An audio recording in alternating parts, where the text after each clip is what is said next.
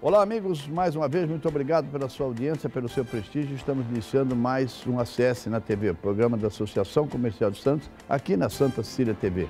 E pronto, prometo, hein? E vou cumprir. Programa super interessante. Nós vamos falar hoje sobre o Condepasa. Você sabe o que é Condepasa? Está aqui conosco o presidente do Condepasa de Santos, Márcio Nassif, meu amigo, e eu tenho a honra também de integrar o Condepasa representando a Associação Comercial de Santos. Na verdade, é chamada sociedade civil dentro de um conselho municipal. Tudo bem, Márcio? Tudo bem, e você, como é que está? Tudo bem, ótimo, graças a Deus. Muito obrigado pela sua presença. Imagina, eu que agradeço. Eu errei quando disse que, que vai ser um programa bom ou não? Eu acredito que sim, pelo menos o entrevistador é bom, o entrevistado não tanto. O entrevistado sabe tudo. Vamos começar, como diria o outro, Pois não. salvo o pleonasmo, começar pelo começo. O que é o Condepasa? O Condepasa é o órgão, é o Conselho de Defesa do Patrimônio Artístico de Santos, e isso engloba todo o patrimônio artístico, tanto arquitetônico, imobilizado, de arte, tudo aquilo que couber dentro das especificações da lei que criou o Condepasa em 1991. Não lembro exatamente qual é a lei, mas acho que é 753, alguma coisa assim, de 91. Essa lei especificamente, perdão interrompê-lo, mas foi criada para quê? Para proteger o patrimônio histórico, artístico e cultural de Santos? Sim, ela é uma derivada de uma imposição da Constituição que criou os Conselhos de Preservação do Patrimônio Histórico e Artístico das cidades. Ela veio depois da Constituição de 88, 3 anos depois, em 1991, e propiciou Santos a tentar salvar ou resguardar todo o patrimônio, riquíssimo patrimônio imobiliário e artístico que nós tínhamos na cidade, e temos até hoje. Santos, até onde eu sei, era a cidade fora as capitais que tinham mais imóveis tombados pelo IPHAN, o que é muito raro, é muito difícil, porque Santos tem uma história muito antiga. Santos é uma das primeiras cidades do Brasil, junto com São Vicente, Salvador, e são cidades históricas, Cananéia, que tiveram uma presença muito importante do Estado na defesa e na cultura, né? A primeira Santa Casa das Américas, os fortes que protegiam a cidade, então tudo isso remonta do século XVI. É muito interessante, mas para isso precisa ter algum mecanismo que ajude a salvaguardar isso para que isso não vire uma ruína ou então que seja demolido ou qualquer coisa do gênero. Vou fazer uma pergunta óbvia, me permita, Pois mas não. acho importante. E depois nós vamos falar, eu quero falar da Constituição do Condepasa, do ponto de vista físico. Você já falou um termo que depois nós vamos explicar, você falou do IPHAN, nós vamos falar então depois do Condefat e do IPHAN, mas daí nessa linha. Mas uma pergunta, qual é a importância da preservação do patrimônio histórico, artístico e cultural? Eu sei que parece óbvio. Sim. É que muitos entendem que isso acaba impedindo um desenvolvimento. Ou atravancando o desenvolvimento. Ou atravancando, melhor dizendo, eu não quis usar esse termo, mas esse é o termo correto, obrigado. Atravancando o desenvolvimento. Por isso a pergunta, ainda que ela pareça óbvia, eu, graças a Deus, sei. Quando a gente vai à França, por exemplo, e vê um Louvre, né? Ou mesmo a Notre Dame. Eu vejo uma catedral de Notre Dame. Mas, por favor, Márcio. É curioso a gente fazer esse tipo de reflexão, porque na maioria das vezes as mesmas pessoas que atacam o Condepasa, ou o Condefat, ou o IPHAN, e que dizem que são órgãos que privilegiam ou então que atravancam o progresso. Já que você falou, o que é Condefat e o que é IPHAN? É uma escala, né? O IPHAN é nacional, o Condefat é estadual e o Condepasa é municipal. São 3 órgãos que cuidam do patrimônio, sim. Um a nível municipal, outro estadual e outro federal. No caso, eles têm interesses semelhantes, né? Mas uma abrangência diversa. Então, o IPHAN rege todo o país, né? Em todos os lugares do Brasil ele pode e deve intervir para a preservação do patrimônio. E a última grande intervenção foi em Salvador, lembra disso? Foi Salvador. Queria um prédio além do que podia. Pois é. E aí caiu até ministro, né? Sim. O IPHAN tem muita importância também, por exemplo, em Brasília, que é patrimônio nacional. É uma série de atuações mais a nível nacional e é óbvio, evidentemente, que é a competência dele. Mas eu te cortei voltando. Qual é a importância dessa preservação? Então, essas mesmas pessoas que fazem esse tipo de crítica, né, normalmente são aquelas pessoas que têm condição de pegar e viajar para o exterior. e aí ficam impressionadas ou então positivamente impactadas com aquele casario todo de Paris, que é todo de 5 andares, com aquela pedra calcária branca. Então, tiram foto? Tiram foto, acham aquilo muito bonito, tudo muito bem preservado. E quando chegam aqui, não querem isso para o Brasil. Eu não entendo, eu não consigo entender. Por que você acha bonito lá fora e aqui dentro não? E se você não criar esse tipo de história, como é que você vai pegar e legar isso aos seus filhos ou aos seus netos? Nós temos de ter história preservada, nós temos patrimônio para preservar. E isso é uma coisa que vai se refletir não só agora, mas ao longo dos anos. Ao longo dos séculos que virão, se Deus quiser, para a preservação ou para a memória da cidade como um todo. Então, se nós não preservarmos hoje, não vai haver história para contar daqui a um pouco. Então, eu não sei, eu não entendo. As pessoas teriam de ter uma visão, uma perspectiva histórica um pouco mais alongada.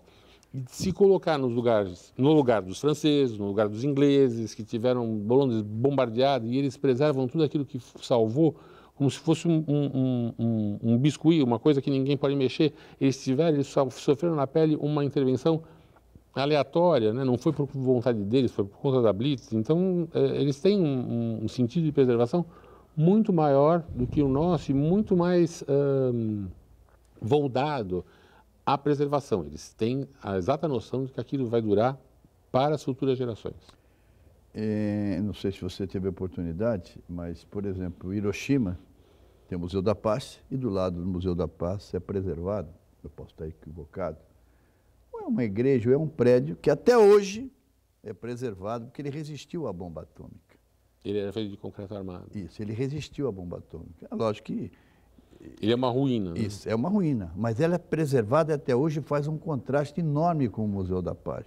E é um dos pontos de maior atração turística. É lógico que o valor dessa obra preservada é também simbólico em função da guerra e em função da bomba atômica. Nesse caso, mas é um dos pontos mais visitados de Hiroshima, no Japão. Nesses casos que você citou, especificamente nesse caso, o valor dele não está no imóvel. Sim. Ele está na história que o imóvel conta. Por isso é que eu disse. Mas é também pelo imóvel.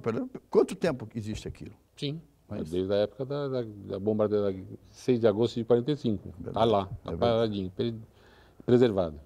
Estamos caminhando para o primeiro intervalo, e o programa está fluindo bem, as perguntas, tem tantas perguntas a fazer, mas eu vou deixar um no ar para você, só para lhe provocar. Posso? Pode, lógico, deve.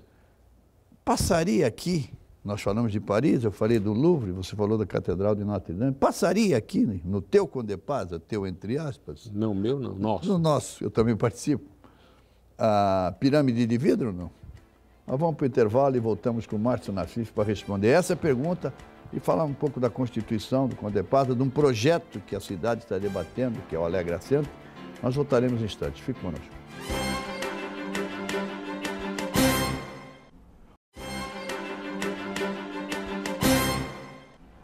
Voltamos com o nosso acesso na TV, entrevistado de hoje, o presidente do Condé Paz, Márcio Nassif, meu amigo também particular. Eu deixei o Márcio no final do primeiro bloco, acho que uma provocação, ainda que eu saiba a sua resposta. Eu acho que eu sei. Vamos ver se depois eu digo se acertei ou não. Nós falamos de Paris, Louvre, Catedral de Notre Dame, todo mundo sabe que ao lado do Louvre, um prédio histórico, com toda aquela história, com todas aquelas obras, foi construída uma pirâmide de vidro, num concurso internacional. A pirâmide de vidro passaria no Condé Paz? Uma perguntinha difícil de responder. Eu não teria previsão do que pode acontecer. Qual seria a sua opinião? Digamos, se você tivesse que votar agora. Não. Eu quero o presidente do Condé Paz.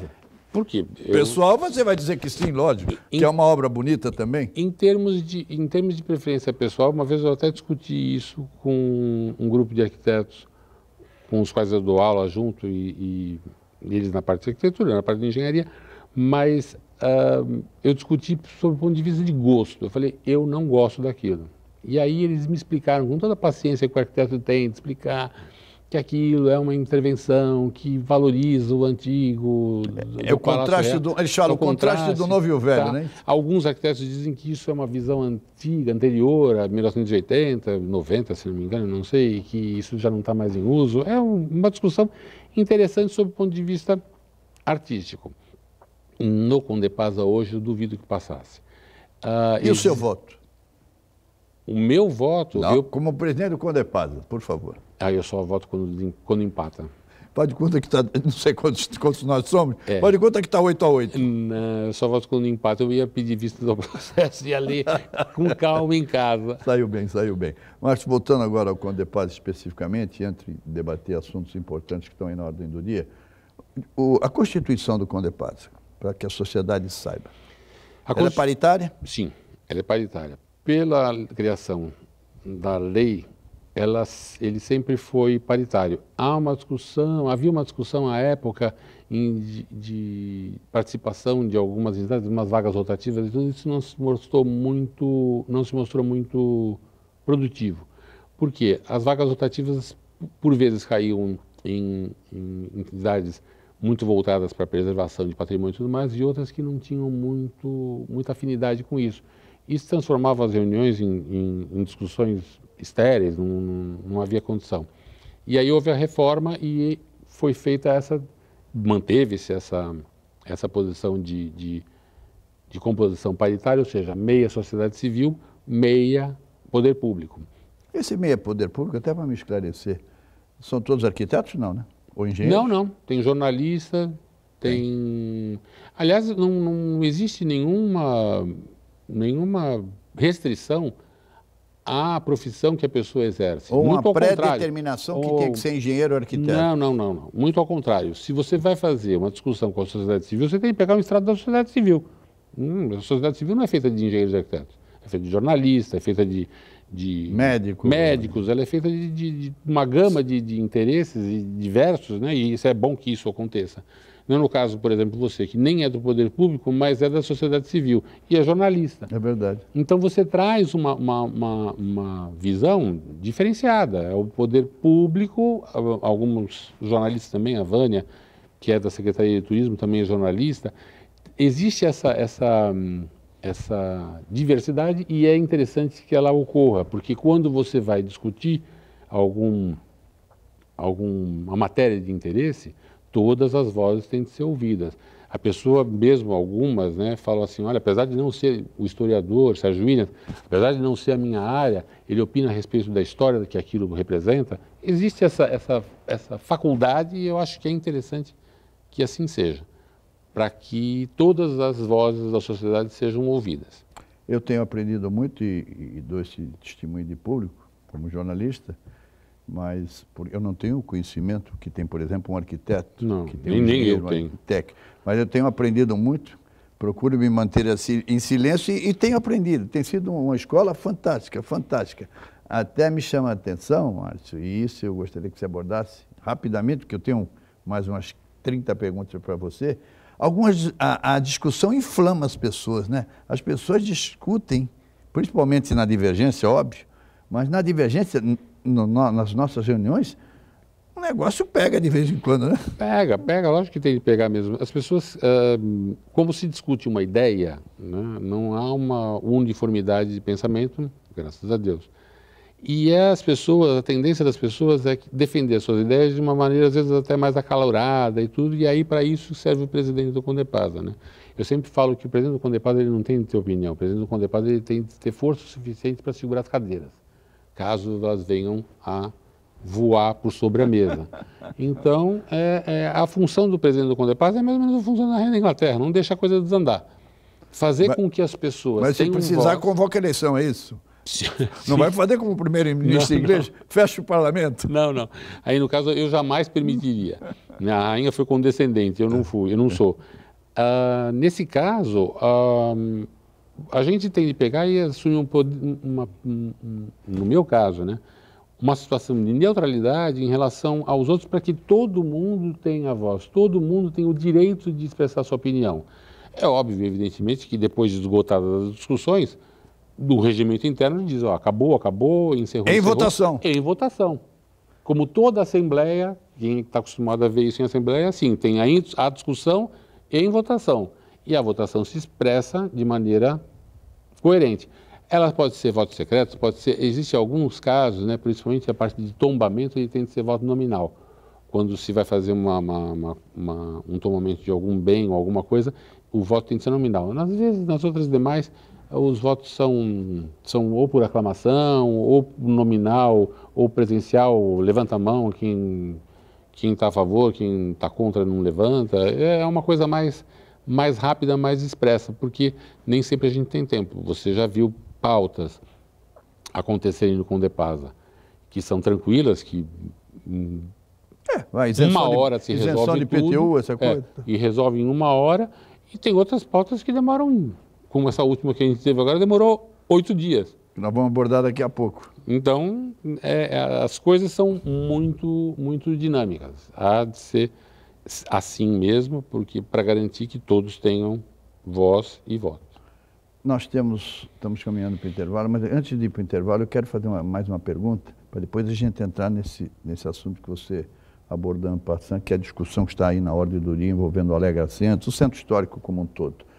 Nós tivemos há cerca de um mês, mais ou menos, 2 meses, um projeto importante, e é bom que a sociedade saiba, porque essa foi a postura do Condepasa, postura, na minha opinião, correta.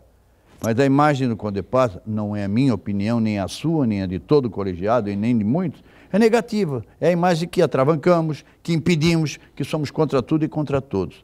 E eu quero fazer essa pergunta para dar justamente esse exemplo da visão positiva do Condepasa também. A consulta prévia envolvendo a Avenida Palace. A Avenida Palace é aquele hotel, você está indo pela praia, passou na costa, é a primeira esquina. Passou o Hotel Atlântico, é a primeira esquina, entre a Marcílio Dias e a Presidente Wilson. E nós recebemos uma consulta prévia envolvendo a construção de um prédio naquele contexto da Avenida Palace. Gostaria que você abordasse esse aspecto, foi só uma consulta prévia, e essa obra em si. Por favor. Primeiro, eu vou reportar aquilo que você falou, se você me permite. Lógico.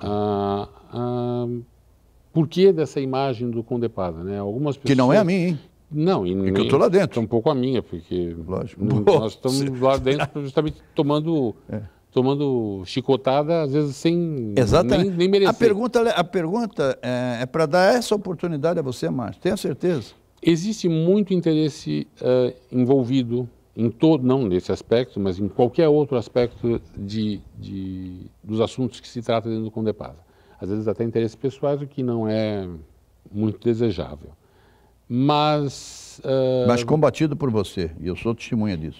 Eu combato isso porque eu... E por nós todos. Pelas pessoas mais sérias, não estou dizendo que as pessoas não sejam sérias, mas para as pessoas que entendem que um conselho ou o Condepasa tem de ser um órgão neutro, que tem de pensar no bem da sociedade, a gente tem de pegar e preservar uma certa distância de conversas paralelas. O que ocorre é que, por vezes, a gente nota e vê que existem pressões, e às vezes até legítimas, eu não encaro isso como se fosse só conselho. As pressões são feitas e são legítimas, mas você há de ter o discernimento de não deixar aquilo prevalecer, e sim o interesse do patrimônio. No caso, e aí a imagem negativa se dá por conta das pessoas que a elas interessa desqualificar o Condepasa. E aqui não vai nenhuma crítica pessoal a ninguém. Eu sinto isso em algumas situações onde as pessoas têm a tendência de pegar e menosprezar o serviço que o Conselho presta à cidade, mas por conta de pegar e se aproveitar de uma falha ou outra para que naquilo resulte num bom negócio ou numa consultoria ou alguma coisa assim. Ou então não satisfazer o seu interesse pessoal, e aí isso prejudicaria o seu lado profissional extra-conselho. Bom, voltando agora para o caso do Avenida Palace. Foi um projeto que entrou dentro um projeto não. Consulta prévia. Consulta prévia. O que é uma consulta prévia? Alguém que julga que aquilo que vai se propor é uma coisa meio ambígua, né? Não tem muita certeza daquilo que vai fazer. Pode afetar, pode interferir na parte histórica, arquitetônica, não é isso? Você, para fazer um projeto desses, que envolve o projeto em si, envolve um dispêndio enorme de recursos, dinheiro e tempo, antes de você pegar e fazer o projeto, você pede uma consulta prévia. O que é uma consulta? O que é melhor? Olha, eu posso fazer isso? Grosso modo. Posso fazer isso, Condepasa? Pode. Porque aí você sai com um projeto Apresente o seu projeto. Sim. Nessa linha pode. Apresente o seu projeto, é isso? Sim. O que ocorre é que, neste caso específico, como envolvia um imóvel tombado, mas um tombamento fora um pouco do padrão normal, porque tombou tudo, mas não se preservou nada por dentro. Então, para mim, era um NP2, um nível de proteção 2, que você escolhe proteger a fachada e a volumetria e o telhado. E foi mais ou menos isso daí que, na leitura do tombamento, se vê isso. Se verifica isso um pouco diferente. É muito técnico isso daqui. Não sei se as pessoas vão se interessar tanto pelo caso. Está caminhando bem. Mas, como era um imóvel ou uma situação inédita, eu fiz acho que 4 reuniões do conselho consecutivas discutindo essa consulta prévia. E eu participei delas. E aí foi que ele falou, e eu também, né? Não foi só ele que aprendeu, eu também aprendi. Várias correntes debatendo, e aí a gente fica um pouco quietinho, porque vem a parte dos especialistas falando, né? Que aquilo podia ser feito daquele jeito, podia ser feito daquele outro, assado, cozido, e nós ali participando e aprendendo, porque na verdade foi quase uma aula, né? Foi. Foram 4 semanas de aula que nós tivemos a respeito do que deve ser preservado, do que não deve, sempre à luz da lei, do tombamento, do instrumento do tombamento, e casando sempre com a consulta prévia, com pareceres do Ministério Público, termos de ajustamento de conduta assinados, etc. Uma série de coisas que nos, não engessava, mas nos balizavam um pouco mais apertado, nós não podíamos sair muito daquele contexto, porque existia até uma determinação legal a respeito daquilo. É óbvio, evidente que as pessoas foram livres para se manifestar, e saiu uma resposta à consulta prévia que previa, entre outras coisas, as interferências, tudo no imóvel fora do imóvel tombado. Posso te interromper? Pode. Então a resposta do Conde Paz ele vai dizer no terceiro bloco. Botaremos em instante.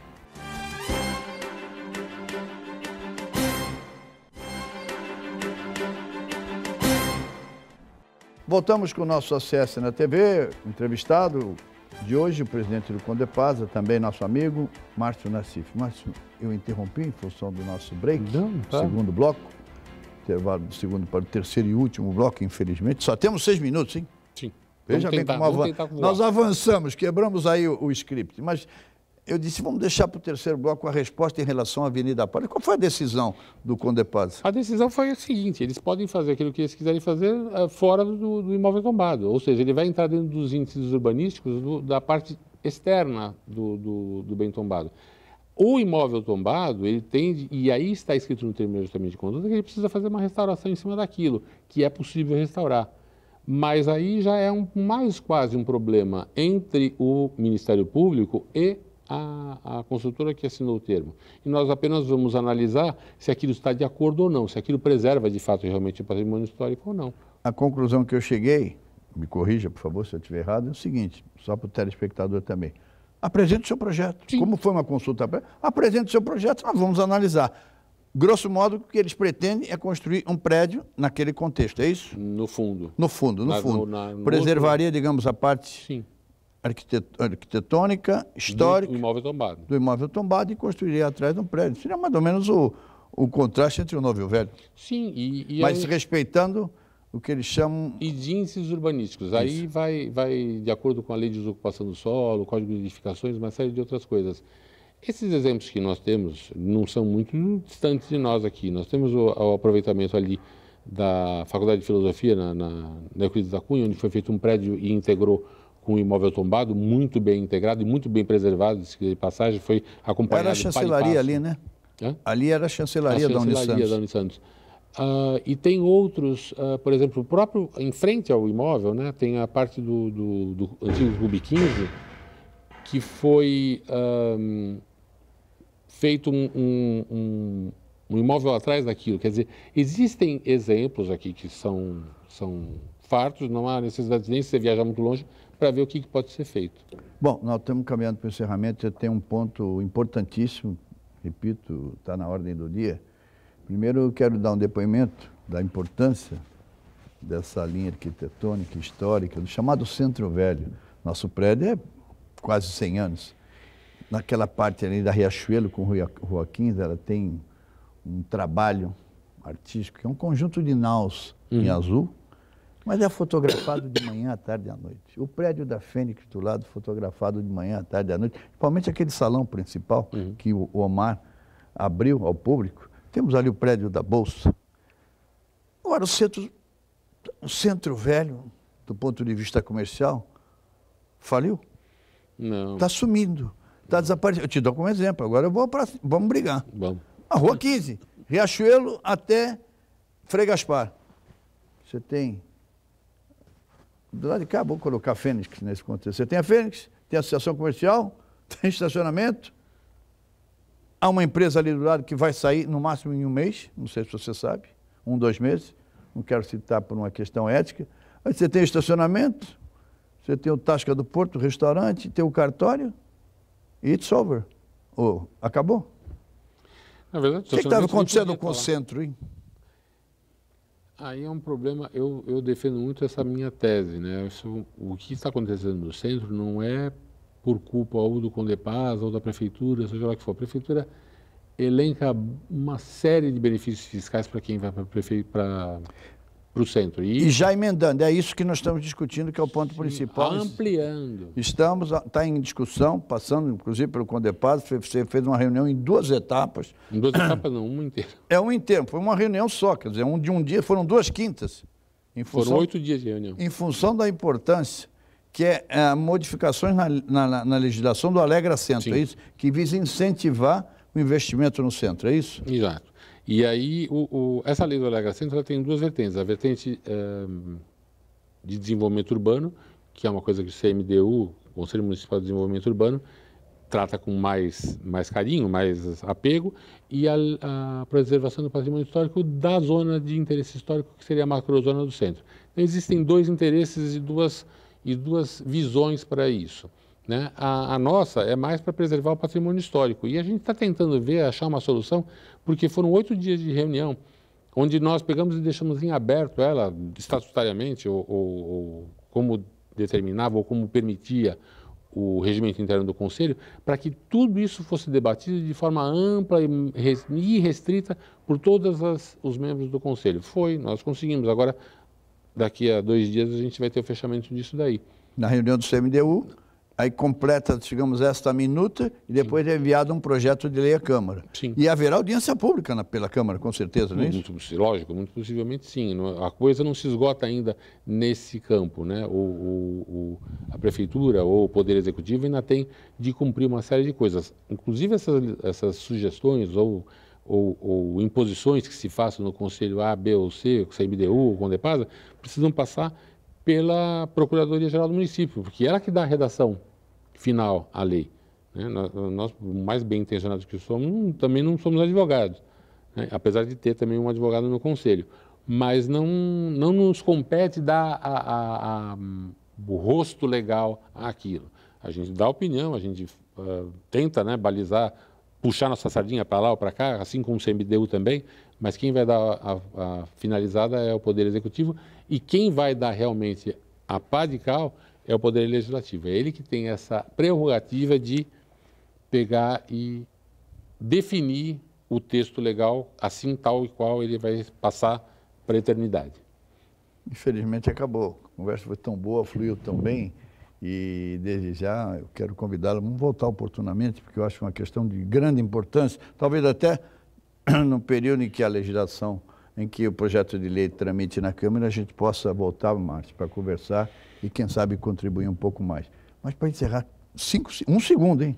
Vou testar a sua memória. Quantos prédios tombados tem em Santos? Não sei. Acho que deve 50 e poucos por aí. Um abraço, Márcio. Obrigado. Também. Um abraço. Um abraço a você, muito obrigado mais uma vez pelo seu prestígio. Até a próxima e seja feliz.